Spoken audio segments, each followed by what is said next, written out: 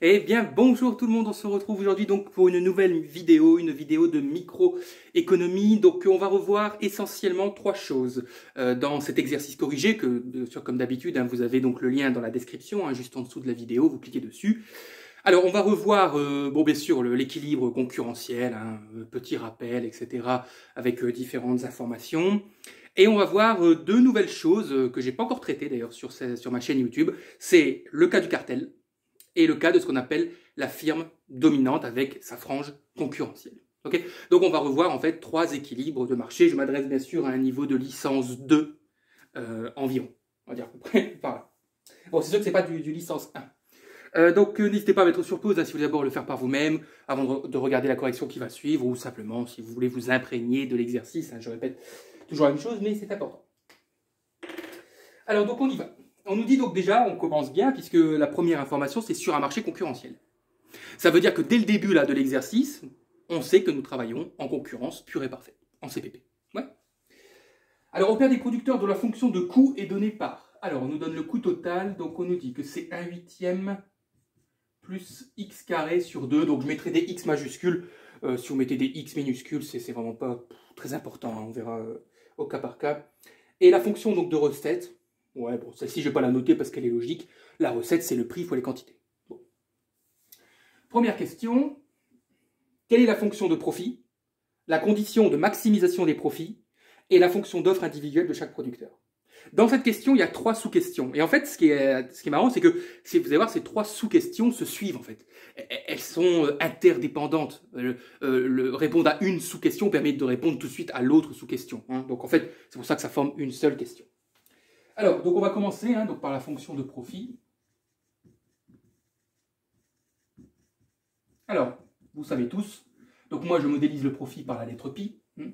Donc le profit, ce n'est rien d'autre que la recette totale moins le coût total. La recette totale, on vous dit que c'est Px fois x. Bon, je vais quand même mettre des x minuscules ici. Vous savez pourquoi? Parce qu'on nous demande la fonction d'offre individuelle, c'est-à-dire la fonction d'offre pour une entreprise.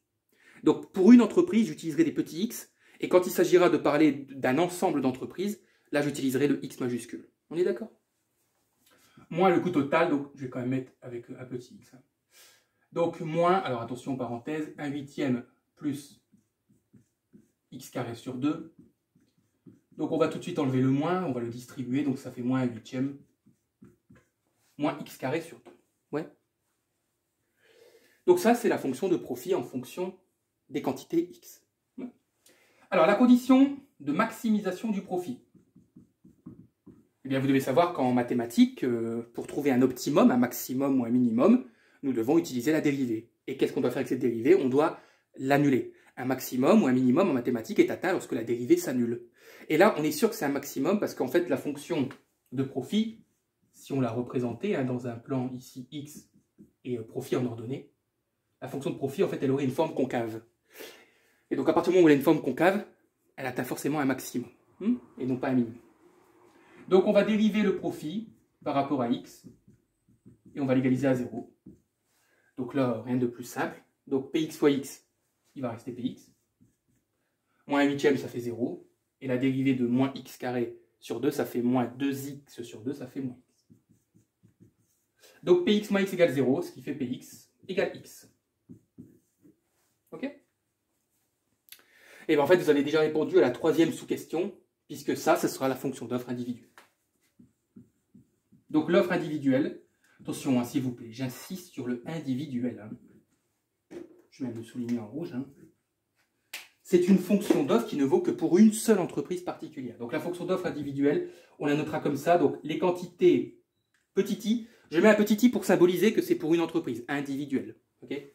Donc la fonction d'offre, vous pouvez mettre un petit s aussi. Vous savez qu'en micro, j'allais dire en macro, mais oui, pourquoi pas aussi. En microéconomie, l'offre, on la symbolise par un s. Vous pouvez mettre un o. Si vous voulez mettre un o, mettez un o. Donc la fonction d'offre individuelle sera donnée par xis égale px. Tout simplement. Et je vais vous demander quelque chose de fondamental tout de suite, c'est de garder cette fonction pour tout l'exercice. Pour tout l'exercice, de toute façon je vais le noter là-bas, pour être sûr que vous l'ayez toujours, pour qu'on l'ait d'ailleurs tous ensemble sous les yeux. Ça, je vais l'utiliser à chaque question. Ok? Donc je vais tout de suite la noter en vert. Donc vous savez maintenant que la fonction d'offre individuelle, bon je ne mets pas le S, c'est pas, on s'en fout. Voilà, c'est xi égale px.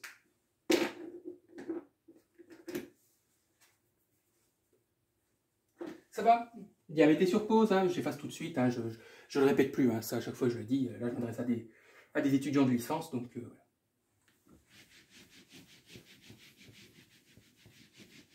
C'est la magie de la vidéo. On va garder le coût total aussi. Allez, pourquoi?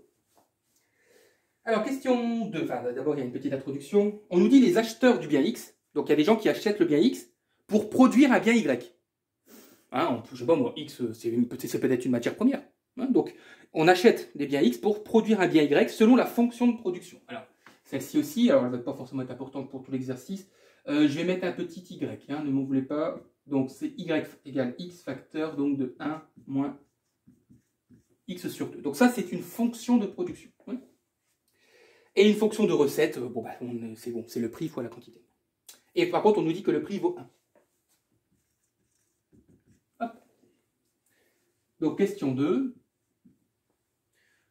Quelle est la fonction de profit, la condition de maximisation des profits et la fonction de demande individuelle? La fonction de demande individuelle. Vous avez vu que c'est les mêmes 3 sous-questions que la première question. Mais bon, là, la différence, c'est qu'on veut la fonction de demande individuelle et non pas la fonction d'offre individuelle. Mais ces 3 sous-questions vont s'enchaîner, encore une fois, comme d'habitude. Donc, c'est quoi la fonction de profit? Donc, on y va. Vous savez que maintenant, le profit, c'est la recette totale moins le coût total. Alors, attention, ici, on travaille avec Y. Hein, on travaille avec les agents, on va dire, on va les appeler comme ça, les agents Y. Hein, là, les X, c'est plus ce qui nous intéresse. Donc, la recette totale, c'est pas PX fois X, hein, c'est PY fois Y. Alors, le coût total, vous allez me dire, bah, on l'a le coût total, c'est 1/8 plus X carré sur 2. Oui, mais attention, ça c'est le coût total des producteurs X. On ne connaît pas le coût total des producteurs Y. Ah ouais, c'est pas faux ça. Eh oui, ça c'était X, hein. C'est pas c'était Y. Oui, mais que font les agents Y? Ils achètent le bien X pour produire quelque chose. Donc, c'est quoi leur coût total? S'ils achètent du bien X pour produire du bien Y, eh bien, le coût total, ce ne sera rien d'autre que la quantité X qu'ils vont acheter multipliée par le prix de X. C'est ça pour eux leur coût total. C'est la quantité de X qu'ils achètent au prix de X. Oui, donc attention. Alors on sait que PY vaut 1. Donc 1 fois Y, ça fait Y, moins X fois PX. Et regardez, ce qui est bien, c'est que nous connaissons la fonction de production Y. Donc on va pouvoir la remplacer. Donc X facteur de 1 moins X sur 2, moins X fois PX. Et ce qui est génial, ouais, c'est qu'on a une fonction de profit qui dépend de nouveau de X. Alors que ça concerne les agents Y. C'est pas grave, hein, puisqu'ils achètent le bien X. Donc on peut exprimer leur profit en fonction du bien X.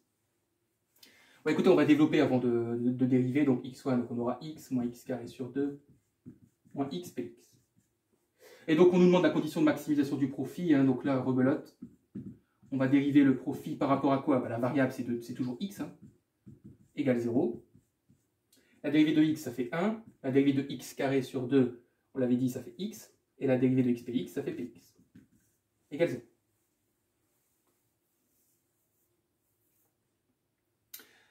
Je veux donc une fonction de demande, donc je vais faire passer le moins X à droite. Il va devenir X.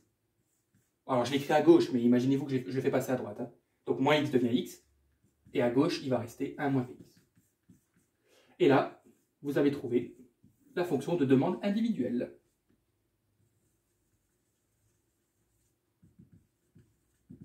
Vous allez me dire, mais comment on sait, monsieur, que c'est une fonction de demande, une fonction d'offre? Mais c'est quoi une fonction d'offre et de demande? C'est le lien mathématique entre une quantité et son prix. C'est ça une fonction d'offre et de demande.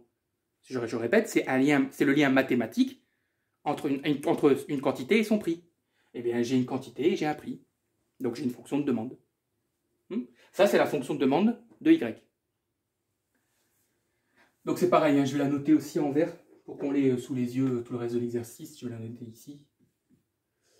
Donc je vais quand même mettre un S. Bon, je sais que je fais évoluer les... Donc XDI égale 1 moins PX.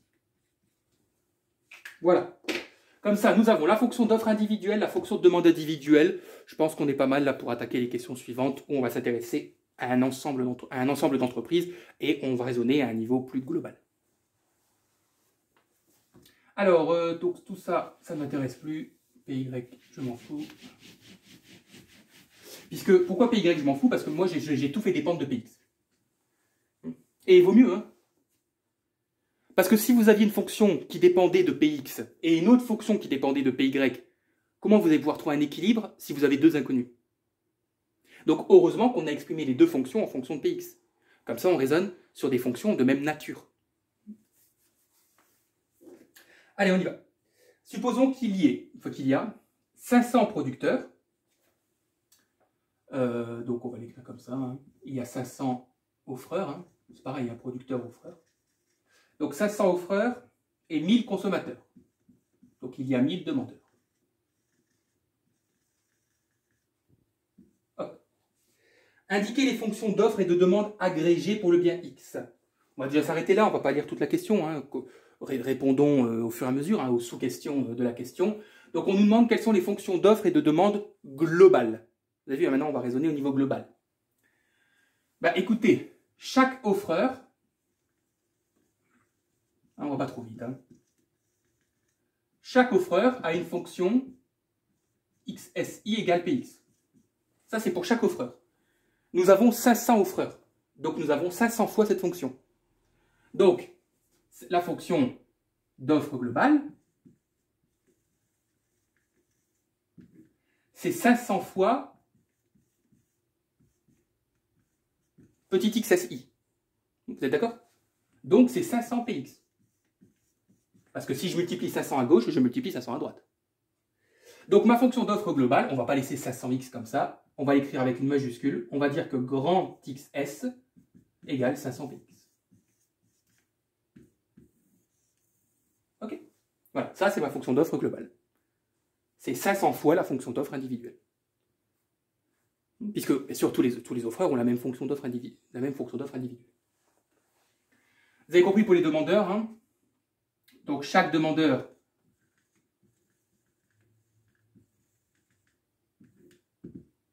a une fonction de demande xdi égale 1 moins px.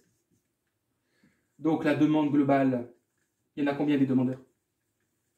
Il y en a 1000. Donc on aura 1000 fois xdi. Attention aux parenthèses. Hein. Donc on aura 1000 fois 1 moins px. Hein, c'est 1000, il multiplie tout le 1 moins px. Et donc on aura la demande globale, 1000, je développe, moins 1000 px. Voilà. Vos deux fonctions globales.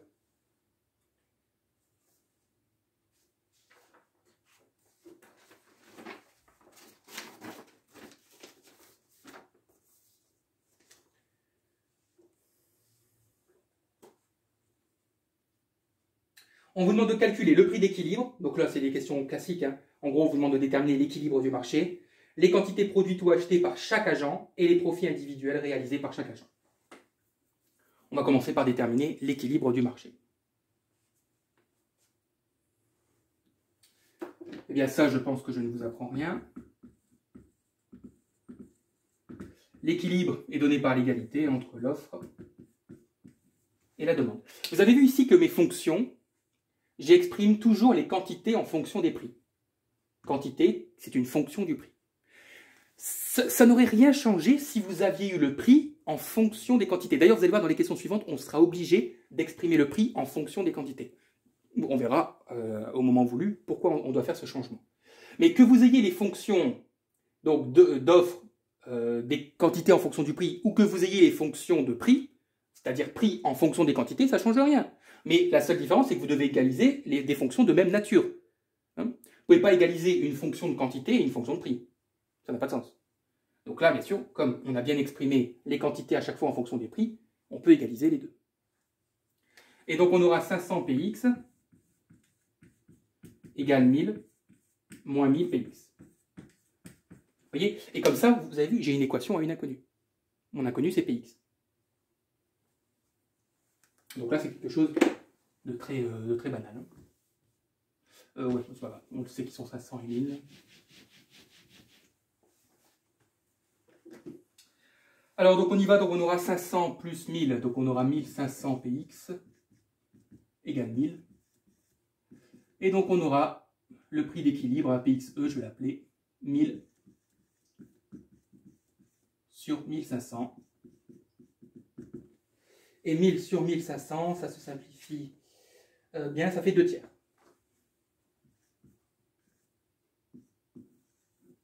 Voilà le prix d'équilibre.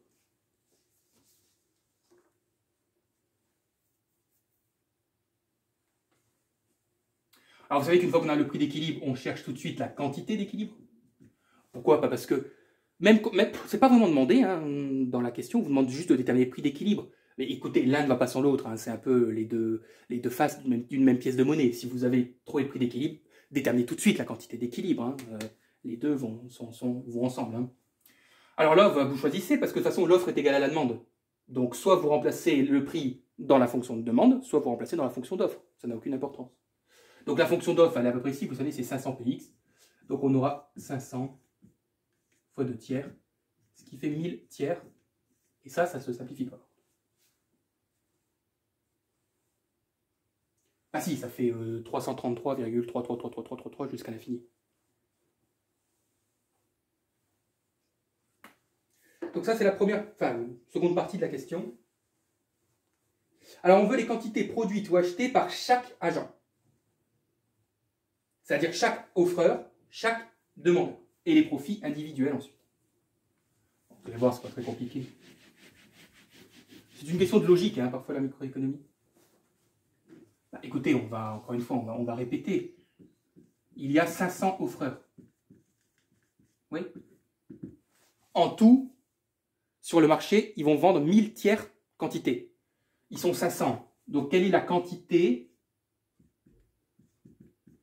de chaque offreur? Là, on raisonne au niveau individuel. Bah, c'est la quantité totale divisé par le nombre d'offreurs. Bien sûr, le marché se répartit équitablement entre chaque offreur et chaque demandeur.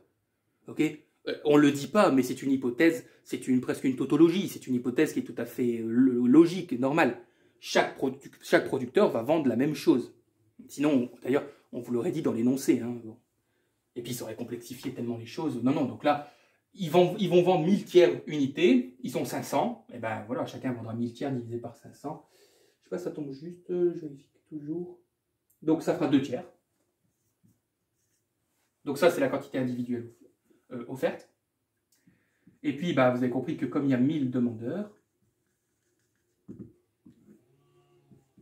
chaque demandeur, c'est pareil, hein, chaque demandeur consommera 1000 tiers sur 1000. Et donc ça fait 1 tiers. Ok? Donc chaque offreur vendra 2 tiers unités, chaque demandeur consommera 1 tiers d'unité. Je vais aller fermer parce que j'entends une sorte de...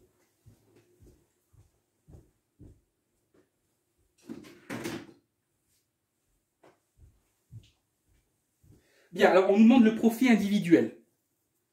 Écoutez, on va revenir à la fonction de profit. Attention, le profit individuel pour chaque offreur. Donc je vous rappelle que c'est le prix fois la quantité moins le coût total. Alors le coût total, on va reprendre ici, hein, 1/8 plus x carré sur 2.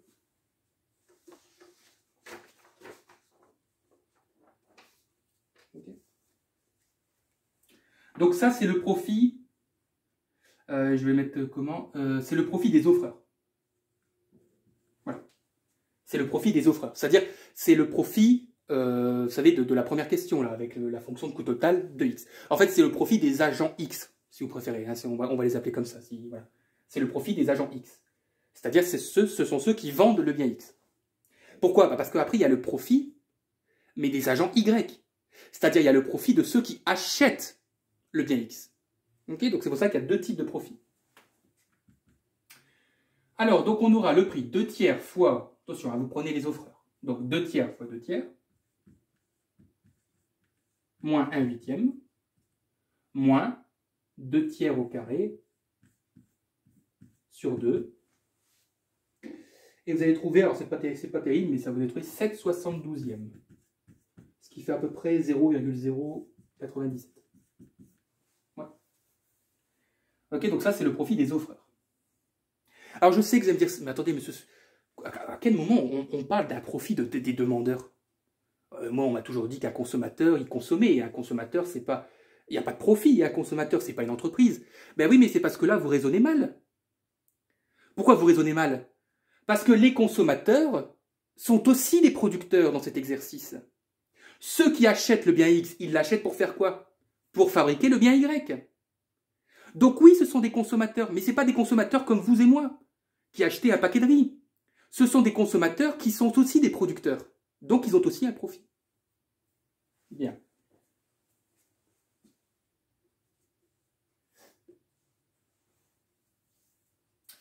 Je vais le noter où? Attendez, je vais peut-être... ouais. Je vais le noter ici, parce que je n'ai pas envie d'effacer. Donc, le profit des demandeurs. Là. Je vous rappelle la fonction de profit des agents Y. On avait dit que c'était donc Y. Donc, c'était la fonction de production. Hein. On avait trouvé... Donc, je reprends. Hein. On avait trouvé donc X, facteur de 1 moins X sur 2. Et on avait dit que c'était moins PX fois X. Vous vous souvenez? Reprenez hein, la fonction de profit de la deuxième question. Des agents Y, là, des demandeurs du bien X. Et on avait trouvé ça avant de dériver. Hein. Eh bien, il suffit de remplacer. Donc attention, hein, vous prenez les X, vous prenez la quantité demandée. OK? Vous prenez un tiers. Donc un tiers, facteur de 1 moins un tiers sur 2, moins donc un tiers fois le prix de X, 2 tiers. Attention. Hein. Et vous trouvez 1/18. Ce qui fait environ 0,056.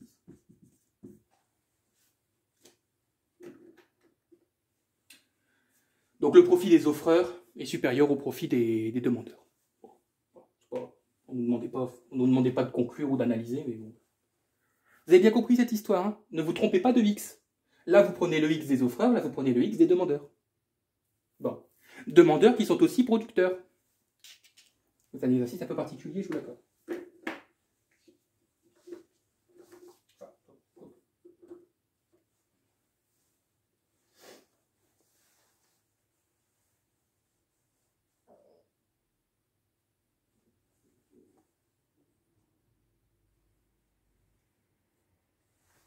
Bien.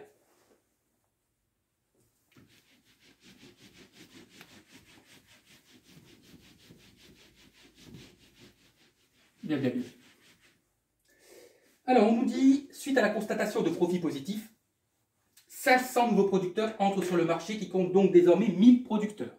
Donc, on aura dans la nouvelle configuration, hein, donc dans cette configuration, on aura 1000 offreurs. Et comme on ne parle pas des demandeurs, eh bien, on aura toujours 1000 demandeurs.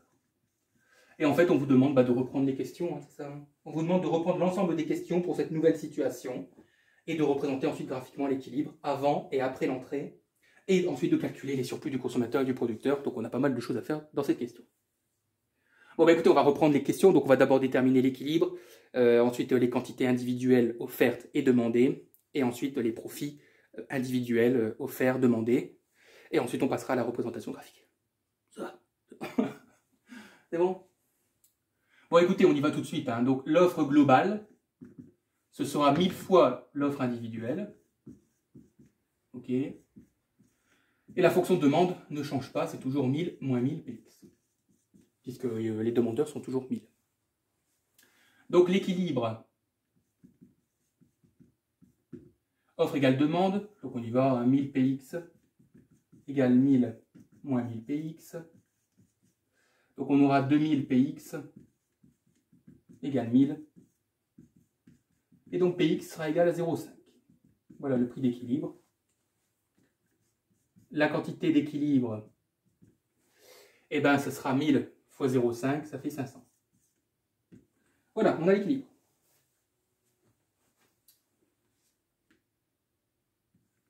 Pour les offreurs, donc les X, hein, les agents X, les quantités individuelles, ce sera quoi? En tout, ils vont vendre 500 et ils sont combien? Ils sont 1000. Donc chacun vendra 500 sur 1000, soit 0,5. Et les demandeurs, les agents, on va dire Y, eux, c'est pareil. Il y a 500 unités, ils sont 1000. Donc chacun achètera 0,5 unités. Et c'est la même question, hein, donc c'est pour ça que j'accélère un peu. Alors, les profits des offreurs. Donc, je vais mettre PIO. Hein. PIO, c'est-à-dire O pour offre. Donc, je vous rappelle que c'est X fois PX, moins leur fonction de coût. Donc, moins 1/8 moins X carré sur 2.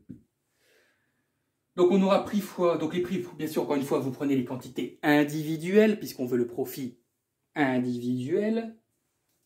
Donc, on aura 0,5 fois 0,5, moins 1/8, moins 0,5 au carré sur 2. Et si vous tapez sur votre calculatrice, ça fait 0. C'est pas très surprenant que nous ayons 0. Je vous rappelle que dans la question précédente, le profit était positif. Alors vous allez me dire, ouais, il était un petit peu dérisoire. Oui, bon, c'était 0,0 quelque chose, mais bon, il était quand même positif. Imaginez-vous si on raisonnait en milliards d'euros. Bah, 0,09 en milliards d'euros, ça fait quand même beaucoup. Hein. Donc les profits étaient positifs. Donc qu'est-ce qu'il y a eu? Impact sur le marché. Il y a eu une entrée de nouveaux offreurs. Et donc il est évident que comme il y a une entrée de nouveaux offreurs, le gâteau va devoir être partagé entre un plus grand nombre d'offreurs. Et donc chacun devra vendre moins. D'ailleurs, comparez les quantités individuelles de cette question-là avec la question précédente. Chaque offreur, ici, vendra moins que la question précédente. Mais c'est normal, puisqu'ils doivent se partager le même gâteau, mais ils sont plus nombreux. Donc comme ils sont plus nombreux, chacun vendra un peu moins. Et donc c'est normal que ça ait un impact à la baisse sur les profits. C'est tout à fait logique. Et d'ailleurs, comme on raisonne à long terme ici, les profits sont toujours égaux à 0. Mais bon, ça c'est autre chose. Alors le profit des demandeurs, donc je vous rappelle que c'était Y, là, la fonction, donc c'était X, facteur de 1 moins X sur 2, moins X fois PX. Attention, donc le X, vous prenez, de toute façon c'est la même chose, mais vous prenez le X des demandeurs, hein, donc ça fait, c'est aussi 0,5, 1 moins 0,5 sur 2, moins 0,5 fois 0,5. Et là, vous allez trouver encore une fois 1/8. Le profit des agents Y n'a pas bougé. Si, pardon. Si, c'était 1/18 dans la question précédente. Autant pour moi. Oui, c'était 1/18, là c'est bien 1/8. Attention.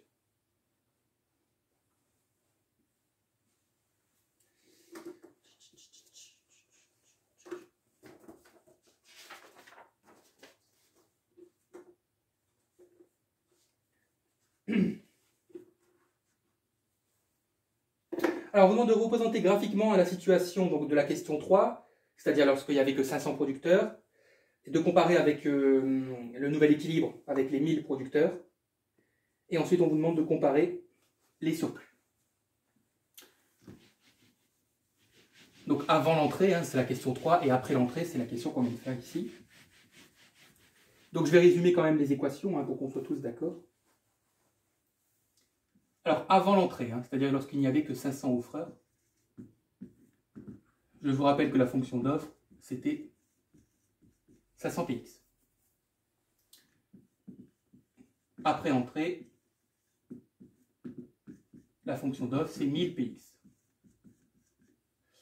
Et la fonction de demande, elle, elle n'a pas changé. Hein. Dans les deux cas, c'est toujours 1000 moins 1000 px. Ouais.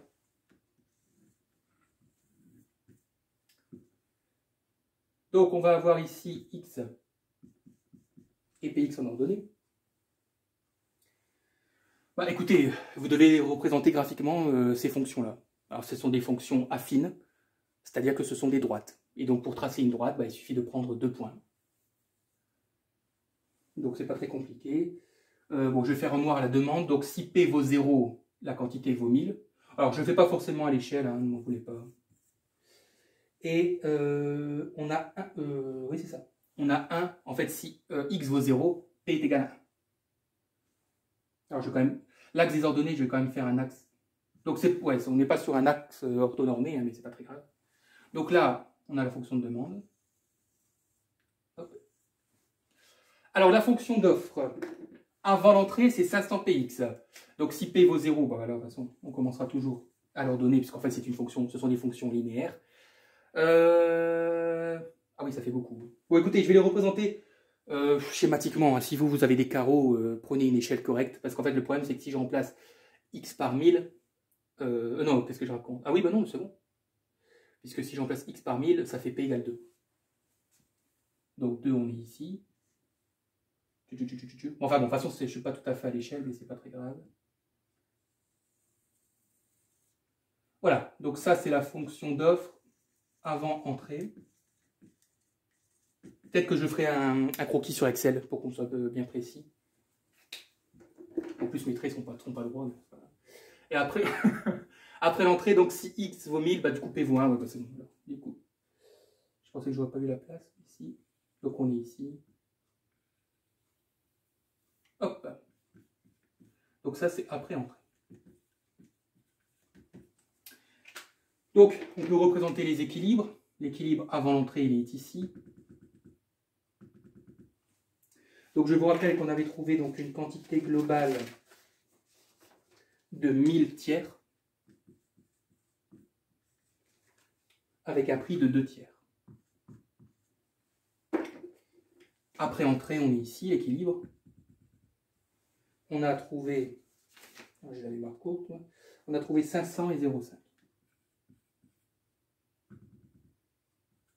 Oh, ça va, je ne suis pas à l'échelle, mais 0,5, on est à peu près on est entre les deux, là, ça va. J'ai juste une petite question, parce que là, c'est bon, on a fait la représentation graphique, on nous demande de rien de plus. Quelle est la situation la plus avantageuse, en fait? Quelle est la situation qui est la plus efficace d'un point de vue économique? Est-ce que c'est celle avant l'entrée ou après l'entrée? Là, j'anticipe la question sur les surplus, d'après vous. Ça se voit à l'œil nu, hein?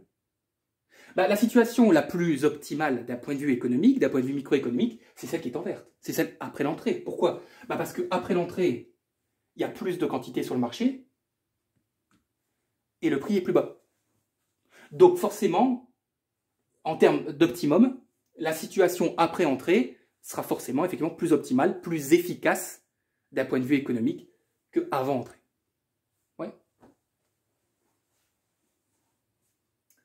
Les surplus, alors quand c'est des droites, les surplus c'est très facile, hein, vous connaissez normalement la formule. En fait, à chaque fois, vous avez des demi-rectangles à calculer. J'ai fait, bon, c'est pas grave, je vais faire un petit peu partout, on verra bien. Alors, donc on nous demande de comparer les surplus avant entrée, après entrée, donc on y va, on va commencer à calculer les surplus avant entrée. Donc, surplus du consommateur. Alors, je vais l'assurer, donc je ne vais pas le faire pour chacun, hein, je vous le fais juste avant l'entrée, sinon après, j'aurai plus la place. Après, ça sera illisible. Je vous rappelle que le surplus des consommateurs, c'est la différence donc, entre la fonction de demande et l'équilibre. C'est-à-dire que le surplus du consommateur, c'est toute cette région qui est ici, là, en bleu. Okay. Donc, c'est la différence entre la fonction de demande et le point d'équilibre.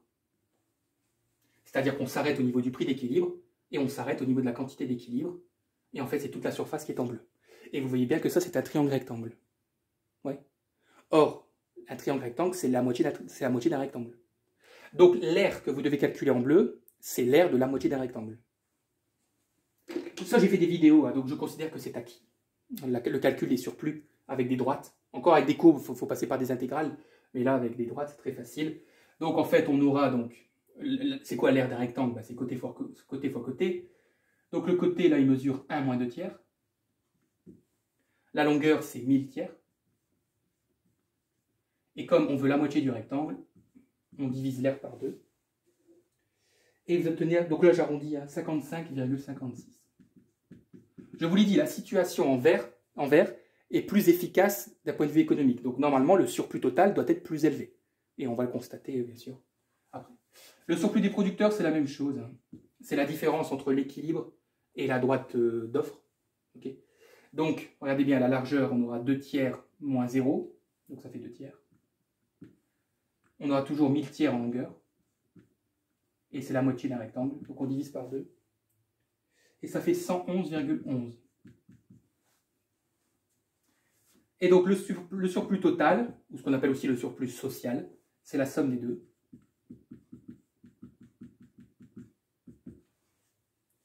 Ce qui fait 166,67. Voilà, donc avant l'entrée des 500 nouveaux producteurs, le surplus social est environ de 167. Ce n'est pas des euros, hein. 167, ce sont des unités d'air. Puisque en fait, le surplus, c'est une aire. Donc ce sont des unités d'air. On note généralement UA. unité d'air. Mais bon, plus l'air est élevé, et comme je l'ai dit, plus la situation est optimale. Alors après entrée, je vais le faire ici. Je pense que j'aurai la place. Hop. De toute façon, c'est les mêmes formules. Donc le surplus du consommateur, donc attention, maintenant vous prenez les informations en vert. Donc la largeur du triangle, du rectangle, c'est 1 moins 0,5. La longueur, c'est 500 cette fois-ci. Et on divise toujours par 2. Donc regardez déjà la différence, on obtient 125.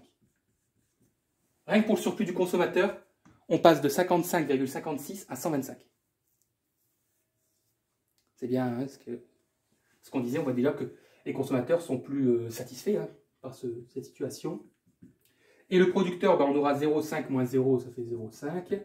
La longueur, c'est toujours 500. Je divise par 2, et ça fait aussi 125. Donc le surplus total, il est de 250. Donc le pari est gagné. Le surplus total après l'entrée est supérieur au surplus total avant l'entrée. Donc la situation est bien économiquement plus optimale.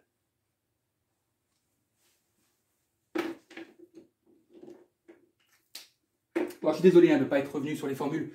Allez voir dans la playlist microéconomie, j'ai fait des vidéos. Il y a une vidéo, je crois d'ailleurs, qui est consacrée uniquement au calcul de surplus. Et là, je détaille tout. Vous comprenez, dans chaque vidéo, je ne peux pas à chaque fois me répéter sinon. On a à chaque fois des vidéos qui vont durer 1h30, 2 heures.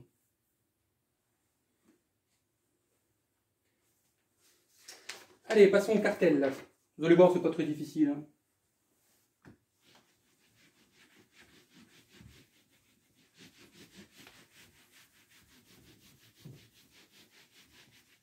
Mince. Ah, pourquoi j'ai effacé les fonctions individuelles.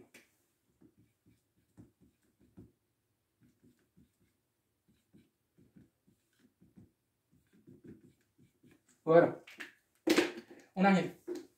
Alors, qu'est-ce qu'on nous dit? On nous dit les 1000 producteurs décident de former un cartel. Donc, les 1000 producteurs, hein, c'est-à-dire il n'y en a même pas un qui se dit non, non, moi je reste tout seul, laissez-moi tranquille. Les 1000 producteurs, les 1000 offreurs, forment un cartel. Et on nous demande quelle est la quantité qui maximise le profit du cartel, etc. etc. Combien chacun va-t-il réaliser de profit? Ce cartel est-il socialement souhaitable? Vous paraît-il viable? Donc en gros, déterminer l'équilibre du cartel, quoi. Et puis voilà. Alors écoutez, c'est très simple, vous allez m'écouter.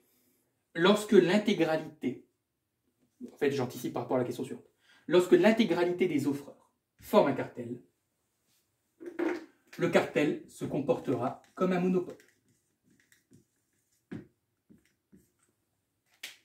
Ça veut donc dire que l'équilibre du cartel se résume à l'équilibre d'un monopole.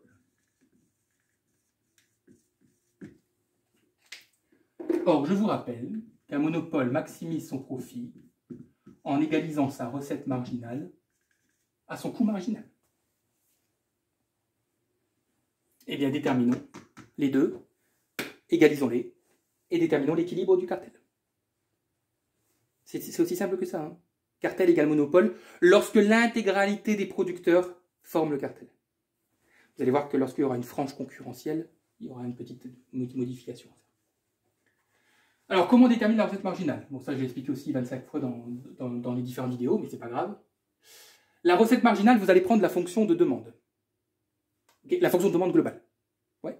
Alors, on nous dit qu'il y a toujours 1000 demandeurs, hein, puisque, en fait, on ne nous donne pas d'informations sur les demandeurs, donc on suppose qu'ils sont toujours 1000. Donc, je vous rappelle que la fonction de demande, c'était 1000 moins 1000 px. Ouais. Ok. Vous allez m'exprimer le prix en fonction des quantités. Là, vous avez les quantités en fonction du prix. Moi, je veux le prix en fonction des quantités. Donc, on y va. Je fais passer le moins 1000 px, donc il va devenir 1000 px, égale 1000 moins x. Le x, je fais passer de l'autre côté. Et donc, on aura px. Donc, si je simplifie tout de suite, on aura 1000 sur 1000, donc on aura 1 moins x sur 1000. Ça, les amis, c'est la même fonction que celle-ci. Hein. C'est quoi la différence? C'est que là, on a les quantités en fonction du prix. Là, j'ai le prix en fonction des quantités. Mais c'est la même fonction de demande. On appelle d'ailleurs ça la fonction de demande de prix. Mais c'est indispensable, parce qu'une fois que vous avez la fonction de prix, pour déterminer la recette marginale, regardez ce que vous allez faire. Vous allez tout simplement multiplier par 2 le coefficient directeur. Vous êtes d'accord que c'est une fonction affine? Ah, on a quelque chose du style ax plus b. Donc vous allez multiplier par 2 le coefficient directeur. Autrement dit, vous allez avoir 1 moins, je multiplie par 2. Voilà. X sur 1000, c'est 1 sur 1000. Si vous multipliez par 2, ça fait 2 sur 1000. Et donc, ma recette marginale, si je simplifie, hein, ça fait 1 moins x sur 500. Ok.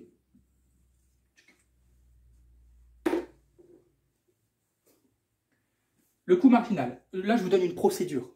Comme si vous faites ça, c'est tout le temps comme ça. Vous comprenez? Le coût marginal, vous allez prendre la fonction d'offre globale. Ils sont combien? Ils sont 1000. Donc, on aura 1000 px. Et vous allez aussi exprimer le prix en fonction des quantités. Voilà, c'est beaucoup plus rapide. Donc, on aura x sur 1000. Oui. C'est la même fonction, hein, ça. Eh bien, ça, c'est la fonction de coût marginal. Pourquoi? Parce qu'en microéconomie, la fonction de coût marginal se confond avec la fonction d'offre. Mais pas n'importe quelle fonction d'offre, la fonction d'offre de prix. Vous comprenez? Vous avez vu que dans les deux cas, dans la détermination de la recette marginale ou dans la détermination du coût marginal, à chaque fois, je prends la fonction de prix. J'exprime le prix en fonction des quantités. Mais avant de faire ça, j'exprime d'abord les quantités en fonction des prix. C'est-à-dire que je prends mes fonctions d'offre et de demande globales, je les réécris prix en fonction des quantités. Pour la recette marginale, je multiplie par 2 le coefficient directeur. Et le coût marginal, ben en fait, c'est la fonction de prix. C'est la même chose. Parce que je vous répète que la fonction d'offre en microéconomie, c'est la fonction de coût marginal. C'est la même chose. Les deux se confondent. Un offreur vendra toujours au coût marginal. Donc, dans un repère, ça votre fonction d'offre, c'est aussi votre fonction de coût marginal. C'est la même chose. Vous devez le savoir. Ça. Eh bien, ça y est, ben c'est parti. On peut égaliser les deux pour trouver l'équilibre. Bah, du coup, je vais effacer le graphique, parce que j'aurai la place. Et donc, l'équilibre du cartel, hein, ou du monopole, hein, ici, donc ce sera la recette marginale égale le coût marginal. Bon, écoutez, je vous fais confiance. Vous résolvez ça et vous allez obtenir 1000 tiers. Ah, bah tiens, ça me fait penser à quelque chose, ça, 1000 tiers. Bah, 1000 tiers, c'était l'équilibre avant l'entrée. Si vous vous souvenez. C'est ça, hein, attendez, je vérifie, mais normalement. Oui, c'est ça, c'était la réponse à la question 3, quand il y avait 500 producteurs.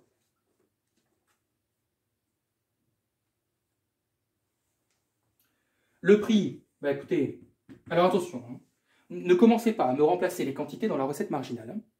Le prix, vous prenez vos fonctions d'offre ou de demande. Hein. Peu importe, hein, vous prenez celle que vous voulez. L'offre est égale à la demande, donc on s'en fout. Donc vous remplacez les quantités dans la fonction, dans les fonctions d'offre et de demande, hein, qu'on soit bien d'accord. Hein. Donc on aura 1000 tiers sur 1000, hein, prenons la fonction d'offre. Donc ça fait 1 tiers.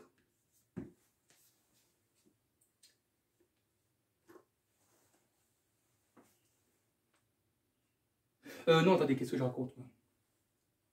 Non, autant pour moi. Autant pour moi, je réitère. Les quantités, vous remplacez toujours dans la fonction de demande. Autant pour moi. Voilà, donc mettez entre parenthèses ce que je viens de dire. Je me répète. Vous remplacez la quantité d'équilibre toujours dans la fonction de demande. J'ai eu un petit... ok. Donc, ça fait 1 moins... Donc, on va avoir 1 moins 1 tiers, ce qui fait 2 tiers. Voilà. Vous n'avez rien entendu. Donc, notez, on remplace toujours la quantité d'équilibre dans la fonction de demande. Graphiquement...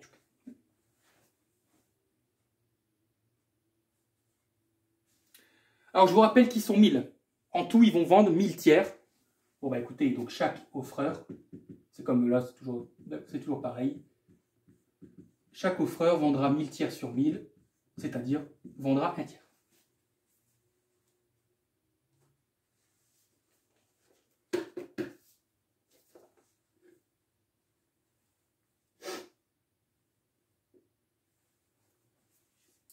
Ouais. Alors, on vous demande le profit individuel. Bah, c'est toujours pareil, hein. C'est le prix fois les quantités, moins la fonction de coût total. Là, vous prenez la fonction de coût total puisqu'on parle bien des offreurs. Donc, on parle bien des agents X, pas des agents Y, hein, ici. Donc, on peut bien prendre la fonction de coût total qui est ici. Donc, moins 1/8, moins donc 1/3 au carré sur 2. Et vous allez trouver un profit d'environ 0,0417.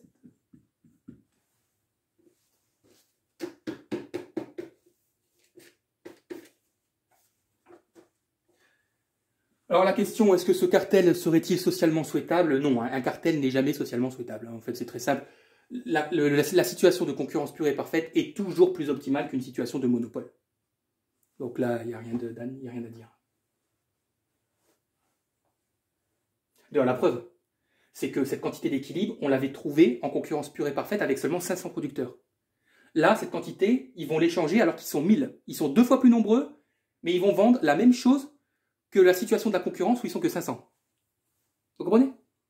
Donc ils s'organisent, ils sont 1000 producteurs, ils vont vendre la même chose que ce que propose la concurrence avec seulement 500 producteurs. Donc bon.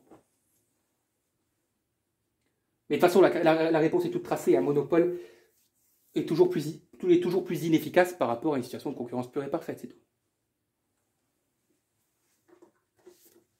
C'est pareil, allez dans ma playlist microéconomie, il y a une vidéo qui s'appelle l'inefficacité du monopole par rapport à la concurrence pure et parfaite.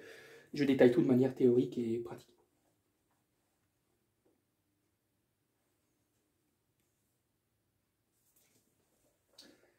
Ça va? Donc n'oubliez pas, vous remplacez la quantité dans la fonction de demande.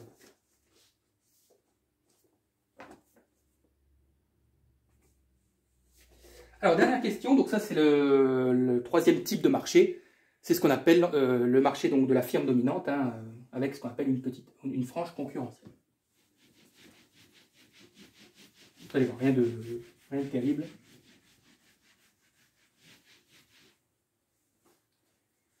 Alors, on vous demande de reprendre donc, les données ci-dessus, mais supposez qu'il n'y ait que 800 firmes présentes dans l'industrie. Donc, nous avons 800 offreurs. Okay. Donc, on a toujours 1000 demandeurs, hein, puisque on ne nous dit rien. Supposons que 600 se regroupent pour former un cartel firme dominante. Donc, sur les 800, il y en a 600 qui vont former un cartel. Ce qu'on appelle en fait une firme dominante, parce que cartel, c'est mieux quand toutes les entreprises se regroupent ensemble. Mais lorsqu'il n'y a qu'une partie, on préfère bon là je mets cartel, c'est pas grave, je ne vais pas écrire firme dominante, mais c'est plutôt une situation de firme dominante. Et 200 restent en dehors du cartel et forment ce qu'on appelle la frange concurrentielle. Donc la FC, hein, la frange concurrentielle. Quel est l'équilibre du marché? Alors écoutez, c'est très simple. Dans une situation où vous avez une firme dominante qui doit faire face à ce qu'on appelle des marginaux, des rebelles, hein, on va les appeler comme ça, c'est-à-dire la frange concurrentielle, eh bien la maximisation du profit, ça sera toujours de la même manière. C'est-à-dire que les offreurs, donc le cartel, ici, il maximisera toujours son profit en égalisant sa recette marginale et son coût marginal. Bon, donc il se comporte comme un monopole. Bah, pas tout à fait, il se comporte comme une firme dominante. C'est-à-dire que les 600 entreprises dominent le marché, mais elles doivent tenir compte qu'il y a 200 rebelles qui ne veulent pas entendre parler du cartel et qui restent en dehors du cartel. Donc elles doivent tenir compte des informations de cette frange concurrentielle. Alors, la recette marginale, regardez bien ce qu'elle va faire. En fait, on appelle ça plutôt une recette marginale résiduelle. Pourquoi? Elle va prendre la fonction de demande. Donc c'est toujours 1000 moins 1000 px. Bien. Mais dans cette fonction de demande, elle va devoir tenir compte de ce que vont offrir la frange concurrentielle. Vous êtes d'accord avec moi que chaque producteur offre x égale px. Depuis le début, on le dit, ça c'est la fonction d'offre individuelle. La frange concurrentielle, ils sont 200. Ça veut dire que l'offre de la frange concurrentielle, c'est 200 px. C'est 200 fois la fonction d'offre individuelle. Et bien en fait, cette fonction d'offre de la frange concurrentielle, la firme dominante, elle va le retirer de la fonction de demande. C'est-à-dire qu'elle va anticiper que la demande, c'est la demande du marché, moins ce que vont offrir les rebelles. Ok? Donc la fonction de demande, qu'on appelle la fonction de demande résiduelle, de la firme dominante, c'est la fonction de demande totale auquel elle retire l'offre de la frange concurrentielle. Dans ces calculs, la firme dominante tient compte de l'offre de la frange concurrentielle. Elle est maligne, hein? Et donc la demande résiduelle va devenir 1000 moins 1200 px. Et à partir de là, nous allons pouvoir déterminer la recette marginale, comme on l'a fait dans la question précédente. Vous allez exprimer P en fonction de X. Okay, donc là, donc je vous fais confiance. Hein. Vous allez donc trouver P égale 5/6 moins X sur 1200. Ce qui fait que la recette marginale, je vous dis, vous multipliez par 2 le coefficient directeur, donc c'est 5/6 moins 2X sur 1200. Et ça, c'est votre recette marginale résiduelle de la firme dominante. Ouais. Pour le coût marginal, ben c'est comme la question précédente. Vous savez qu'ils sont combien? Ils sont 600, donc ça fait 600 px. Et donc P égale X sur 600. Et ça, c'est aussi votre coût marginal. C'est la même chose que la question précédente. Et vous égalisez les deux. C'est-à-dire que vous égalisez donc le coût marginal à la recette marginale. Je vous fais confiance, hein, et vous allez trouver X égale 250. Okay. Le prix, je vous rappelle que vous remplacez dans la fonction de demande. Okay. Donc la fonction de demande, elle est ici. Donc on a 5/6 moins donc 250 sur 1200. Okay. Donc la fonction de demande, elle est ici. Et vous allez trouver un prix de 0,625. Bon, c'est pas que je vais vite, hein, c'est parce que c'est toujours les mêmes questions. Hein.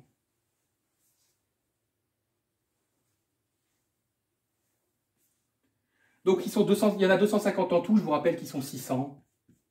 Donc chacun vendra 250 sur 600, soit 0,42. Okay. Vous avez vu, c'est la même chose. La seule différence, c'est que la fonction de demande, vous prenez la fonction de demande résiduelle. Okay, donc vous enlevez l'offre de la frange concurrentielle, et après vous exprimez le prix, la recette marginale, et puis ensuite tout coule de source. Hein.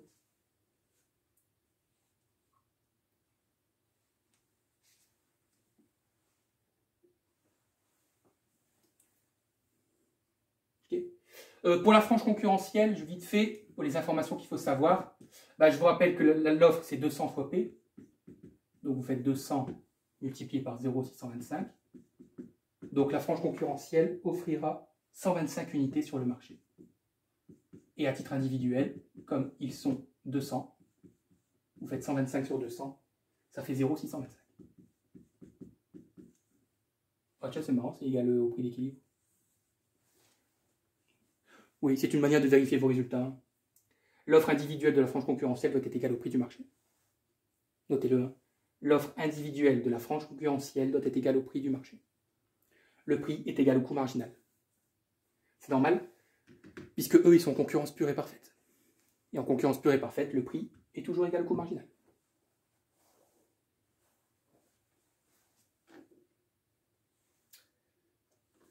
Ça va, ça va? N'hésitez pas en commentaire hein, si vous avez des questions, ou bien vous m'envoyez par mail, hein, comme d'habitude. Voilà. Ok. Voilà, donc c'est tout pour aujourd'hui. Hein, donc n'hésitez pas à mettre un petit like, à vous abonner à la chaîne, hein, à m'envoyer par mail encore une fois des exercices si vous le souhaitez. Et on se retrouve très bientôt pour de nouvelles vidéos.